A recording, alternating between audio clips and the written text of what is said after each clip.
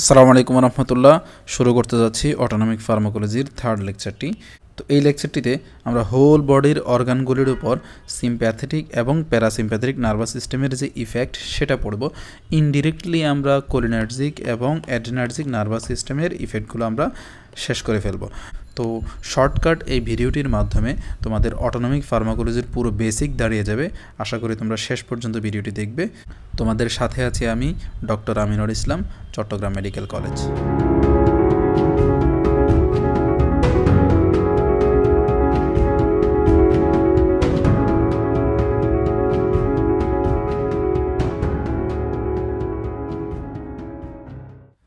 প্রথমেই একটি বাস্তব উদাহরণের মাধ্যমে পুরো অটোনমিক নার্ভাস সিস্টেম আমাদের বডির উপর কী কী ইফেক্ট ফেলে সেটা আমরা একটু জেনে নেই। চলো, যে তোমার পিছনে যদি একটি সাপ পড়ে বা একটি সাপ যদি তোমাকে দৌড়াতে থাকে তাহলে তোমার অবস্থা কী হবে? একদম বাংলা ভাষায় তুমি মনে করার চেষ্টা করো এবং বোঝার চেষ্টা করো। তোমাকে একদম বইয়ের ভাষায় যেতে হবে, বিষয়টা এমন না। প্রথমত তোমার চোখের অবস্থা কী হবে আমাকে একটু বলো। তুমি সাপটা দেখে তোমার চোখগুলো বড় বড় হয়ে যাবে, হ্যাঁ। আর সেকেন্ড, তুমি দৌড়ানো শুরু করবা, হ্যাঁ। তোমার যেই ভলান্টারি মাসেল আছে স্কেলেটাল মাসেল, সেই স্কেলেটাল মাসেলগুলোর মুভমেন্ট হবে। আর দৌড়ানোর সময় তুমি খুব কাছের জিনিসগুলো দেখবা নাকি দূরের জিনিসগুলো দেখা ট্রাই করবা? অবশ্যই তুমি নিজে লুকানোর জন্য বা বাঁচার জন্য কাছের জিনিসে কাছে কী আছে, গর্ত আছে নাকি ইট আছে, পাথর আছে, এগুলো না দেখে তুমি সামনের দিকে দেখবে যে কোথায় একটা বাড়ি আছে, কোথায় একটা সেফ জায়গা আছে, সেটা দেখার চেষ্টা করবা। মানে ফার ভিশনগুলো তুমি করার চেষ্টা করবা। তারপর হচ্ছে তোমার এখন এই সাপ পেছনে পড়ে আছে, তোমাকে আমি ডাক দিলাম যে এই ভাই আসো একটু বিরিয়ানি খেয়ে যাও। তাহলে তোমার অন্যান্য সময় তোমার যে জায়গায় বিরিয়ানি দেখলে তোমার জিভে লালা চলে আসতো, এখন কিন্তু তোমার বলে ভাই বিরিয়ানি টিরিয়ানি রাখেন, আমি এখন আগে জীবন বাঁচাই। এখানে ডাইজেশনের যে জিনিসটা, সেই জায়গাটা তোমার কিন্তু এখানে একেবারে স্টপ হয়ে যাবে। আমরা বলতে পারি যে স্যালাইভেশনটা এখানে বন্ধ হয়ে যাবে। তারপর তুমি যে দৌড়াচ্ছ তোমার গায়ে থেকে অনেক বেশি ঘাম ঝরবে, আর তারপর তোমার শ্বাস প্রশ্বাসটা অনেক বেড়ে যাবে। তার মানে শ্বাস প্রশ্বাস বাড়ার জন্য ট্রাকিয়া দিয়ে হচ্ছে আমরা জানি আমাদের এয়ারওয়ে, এটা ট্রাকিয়াটা এদিক দিয়ে হচ্ছে এয়ারটা হচ্ছে লাংসে এন্টার করবে, তাহলে ট্রাকিয়াটা হচ্ছে এখানে ডাইলেটেশন হবে, অনেক বড় হয়ে যাবে সিম্প্যাথেটিক সিস্টেমের এখানে। তারপর হচ্ছে তোমার হার্টবিট, তোমার বুক ধড়ফড় শুরু হয়ে যাবে, তার হার্টবিট বেড়ে যাবে, হ্যাঁ। তারপর হার্টবিট বেড়ে যাবে, তুমি এখানে কি খুব কুল থাকবা নাকি প্রেশারে থাকবা? অবভিয়াসলি তুমি প্রেশার দিয়ে, মেন্টাল প্রেশার না, তুমি এই ব্লাড প্রেশার মনে রাখবা, হ্যাঁ। তোমার এখানে প্রেশারটাও বেড়ে যাবে। তারপর তোমার যদি বাথরুম বা প্রস্রাব করারও দরকার হয়, শুধু সাপের কারণে, শুধু সাপের ভয়ে তোমার ইউরিনেশন এবং ডেফিকেশনটাও কিন্তু তুমি করতে চাইবে না, বা তোমার এটা বন্ধ হয়ে যাবে। আর এরপরে যদি আমরা আরও দিকে যাই, যে আমরা যখন দৌড়াচ্ছি তখন খাবারও খাচ্ছি না, আমরা বিরিয়ানি অফার করার পরও আমরা বিরিয়ানি নিচ্ছি না, তাহলে আমাদের বডির গ্লুকোজ সোর্স কোত্থেকে আসবে? তাহলে বডি লিভার থেকে তার গ্লুকোজ সাপ্লাইটা আমাদের জন্য বাড়িয়ে দিবে। তাহলে এটা একটা হচ্ছে যে ওভারঅল বাংলা ভাষার গল্প। এই গল্পটা তোমরা যদি একটু মনে রাখার চেষ্টা করো, দেখো এখানে কিন্তু তোমাকে এই গল্পটা মনে রাখার জন্য তোমাকে লিখিত আকার গল্পটা পড়তে হবে না। তুমি জাস্ট একটা জিনিস ইমাজিন করার চেষ্টা করবা, সেটা হচ্ছে তোমার পেছনে একটা সাপ পড়লে তোমার কন্ডিশন কী হবে। সেই কন্ডিশনগুলোই হচ্ছে আমাদের সিম্প্যাথেটিক নার্ভাস সিস্টেম। আর আবার একটু স্মরণ করিয়ে দিতে চাই, এই সিম্প্যাথেটিক নার্ভাস সিস্টেম বেসিক্যালি হচ্ছে অ্যাড্রিনার্জিক নার্ভাস সিস্টেম, দুইটা এক্সেপশন ছাড়া, সোয়েট গ্ল্যান্ড এবং স্কেলেটাল মাসেলের যে ব্লাড ভেসেলসগুলো আছে সেগুলো, এই দুইটা এক্সেপশন ছাড়া এরা সবাই হচ্ছে অ্যাড্রিনার্জিক। তার মানে আমরা সিম্প্যাথেটিক মানে অ্যাড্রিনার্জিক বলতে পারি। আর প্যারাসিম্প্যাথেটিক মানে হচ্ছে এতক্ষণ যে গল্পটা বললাম এই গল্পটার সম্পূর্ণ বিপরীতটা হবে প্যারাসিম্প্যাথেটিকে। এখানে হচ্ছে একটা মানুষ রেস্টে থাকবে, তার স্কেলেটাল মাসেলের মুভমেন্ট দরকার হবে না, তার জোরে জোরে শ্বাস প্রশ্বাসের দরকার হবে না, তার হার্টবিট বেড়ে যাবে না, তার চোখ বড় হয়ে যাবে না, ছোট থাকবে, তারপরে তার খেতে মন চাইবে, তার স্যালাইভেশন হবে, তার সোয়েট গ্ল্যান্ডে সিক্রেশন হবে না, তার গ্লুকোজ সাপ্লাইয়ের জন্য লিভার থেকে কোনো গ্লুকোজ বের হবে না।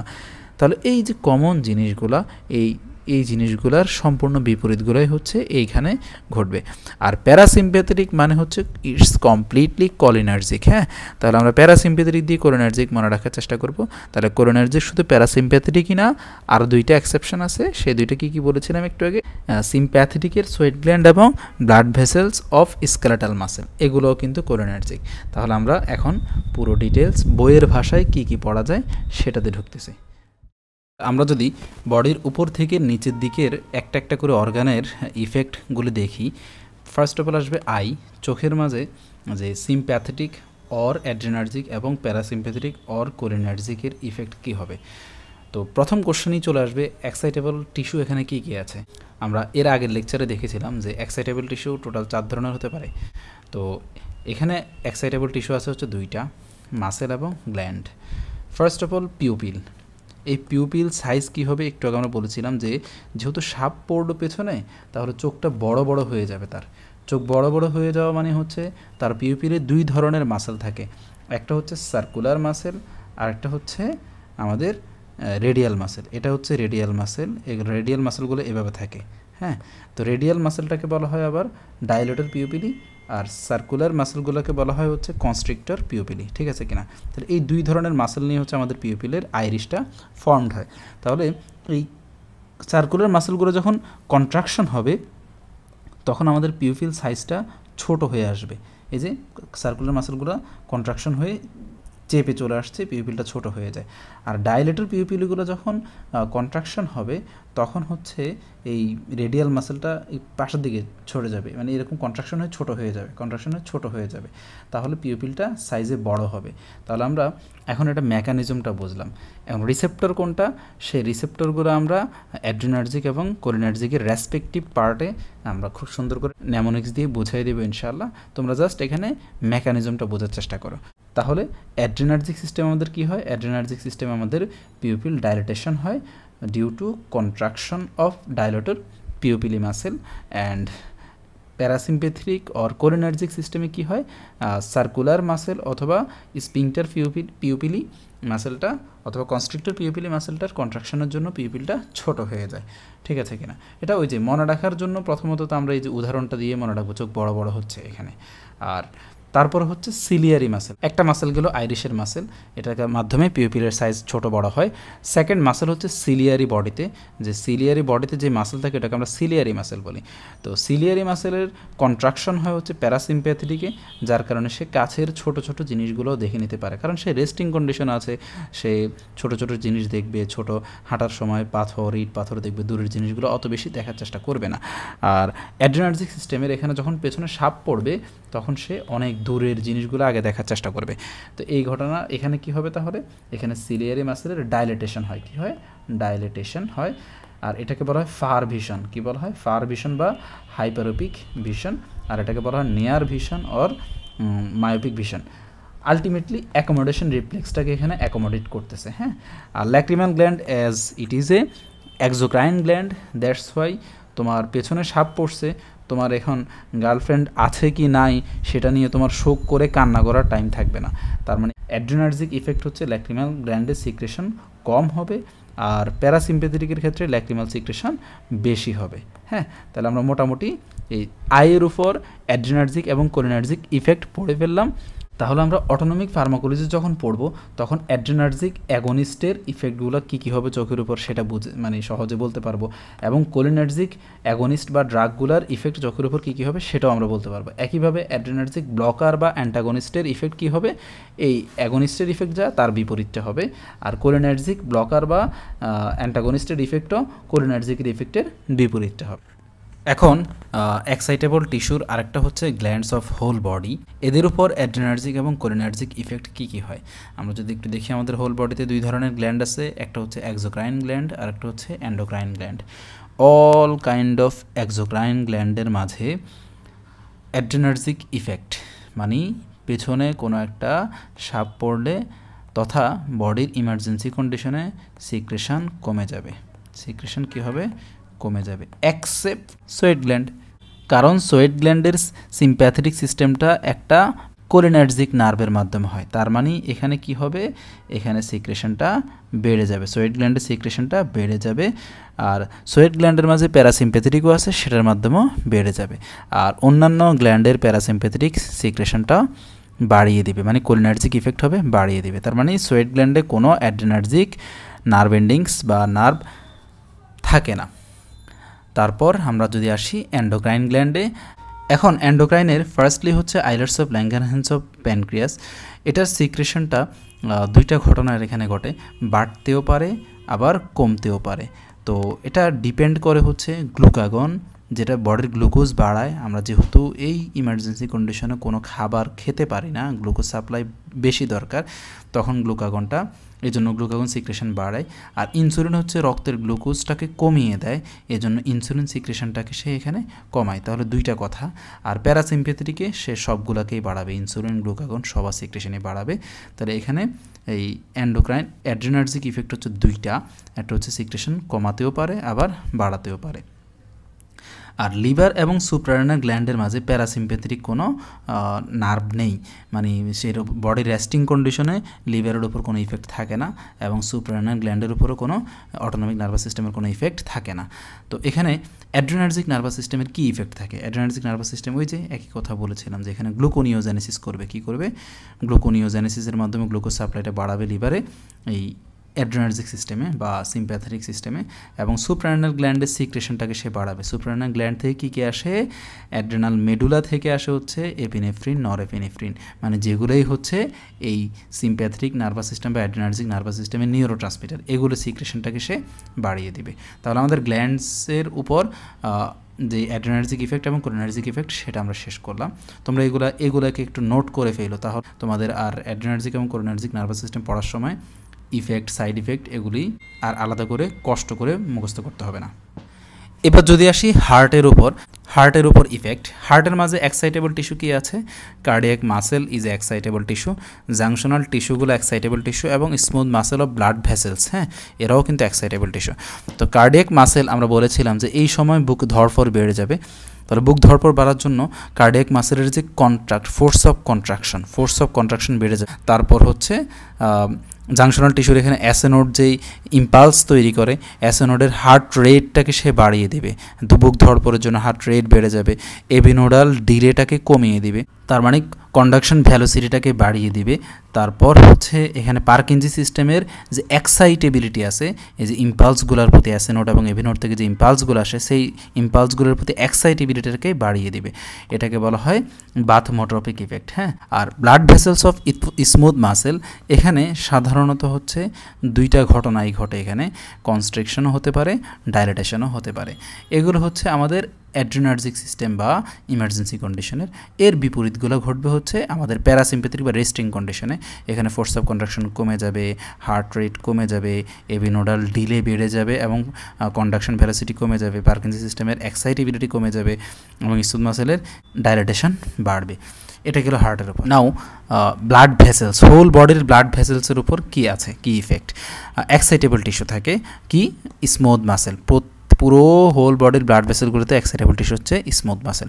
তো ব্লাড ভেসেলস অফ হোল বডির এখানে প্যারাসিম্প্যাথেটিক কোনো বা রেস্টিং কন্ডিশনে কোনো নিউরন নাই বিধায় এদের নর্মাল বডিতে যে প্রেশারটা সেটা থাকে, এখানে প্যারাসিম্প্যাথেটিক এবং সিম্প্যাথেটিক কোনো ইফেক্ট নাই।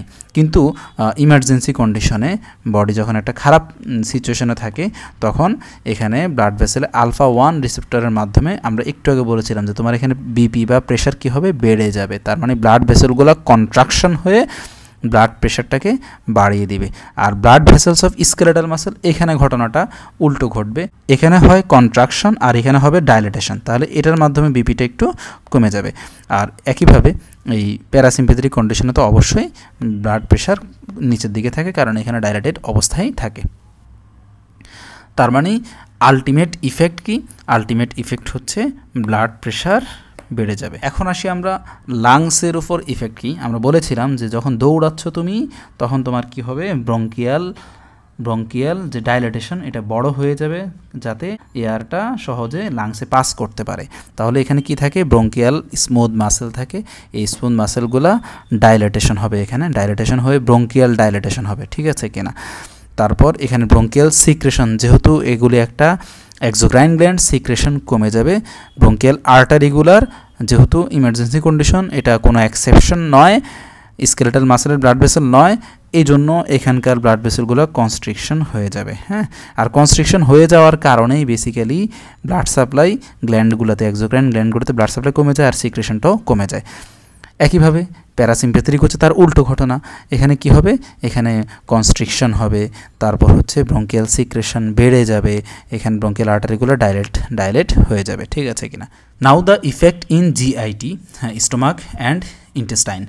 এখানে এক্সাইটেবল টিস্যু কি আছে, ওয়ালের মাঝে স্মুথ মাসেল আছে, তাদের মাঝে এখান থেকে এখানে আসার স্ফিংক্টার আছে, তারপর এখানে স্ফিংক্টার আছে, অ্যানাল স্ফিংক্টার আছে, তারপর পুরো হোল জিআইটি জুড়ে গ্ল্যান্ড আছে। কি কি gland? Mucosal gland, gall bladder এবং প্যানক্রিয়াটিক গ্ল্যান্ড, এগুলো হচ্ছে ডাইজেশনের গ্ল্যান্ড।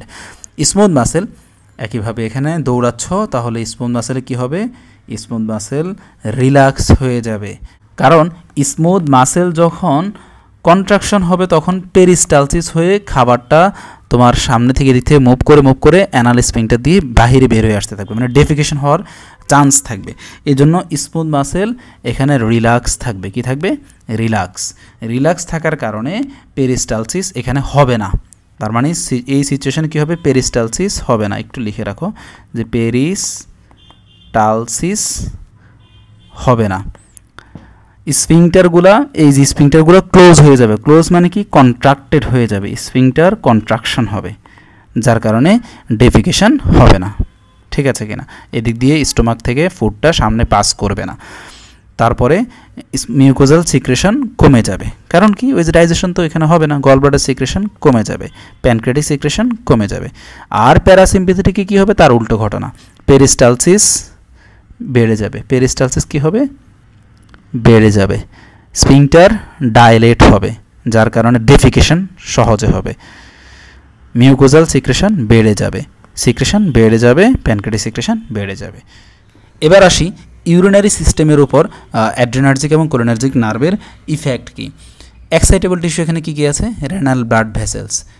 এই ইমার্জেন্সি কন্ডিশন, দৌড়াচ্ছ তাহলে তোমার প্রেশার বেড়ে যাবে, মানে কি? আমরা বলেছিলাম যে ব্লাড ভেসেলের স্মুথ মাসেলগুলো কন্ট্রাকশন হবে, তাহলে এখানে কি হবে? রেনাল ব্লাড ভেসেলের কন্ট্রাকশনের কারণে রেনাল ব্লাড ফ্লোটা কমে যাবে। কি কমে যাবে? রেনাল ব্লাড ভেসেল কন্ট্রাকশন হবে। আচ্ছা, কন্ট্রাকশনটা আগে লিখি। কন্ট্রাকশন হবে, কন্ট্রাকশন হলে কি হবে? Renal blood flow will be decreased.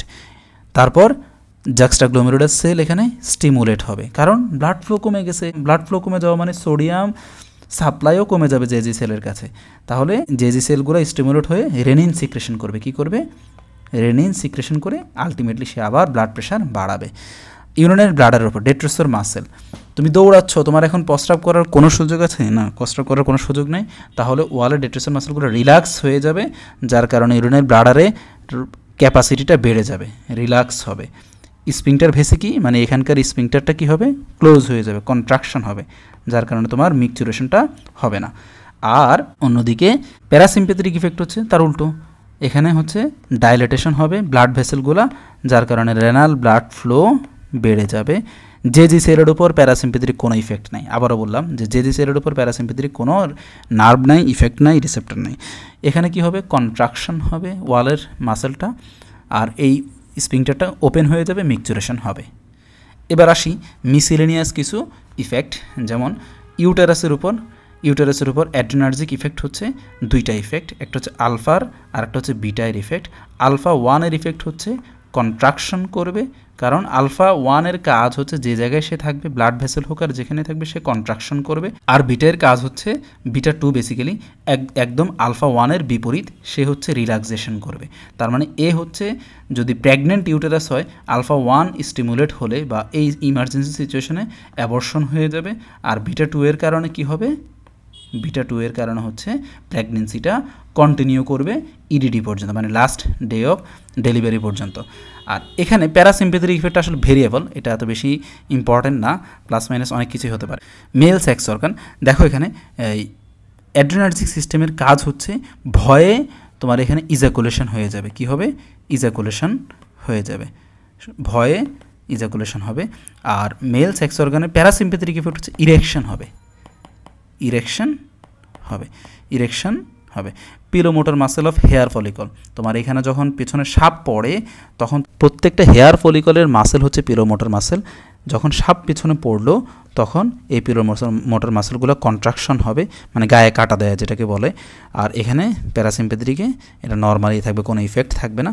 Fat সেলের উপর এখানে প্যারাসিম্পেথির কোনো ইফেক্ট নাই, কিন্তু অ্যাড্রিনার্জিক বা ইমার্জেন্সি কন্ডিশনে তোমার গ্লুকোজ সাপ্লাইয়ের জন্য ফ্যাট সেলগুলো ভেঙে লাইপোলাইসিস হবে, লাইপোলাইসিস হয়ে গ্লুকোজ তৈরি করবে, ঠিক আছে কিনা, লাইপোলাইসিস হবে।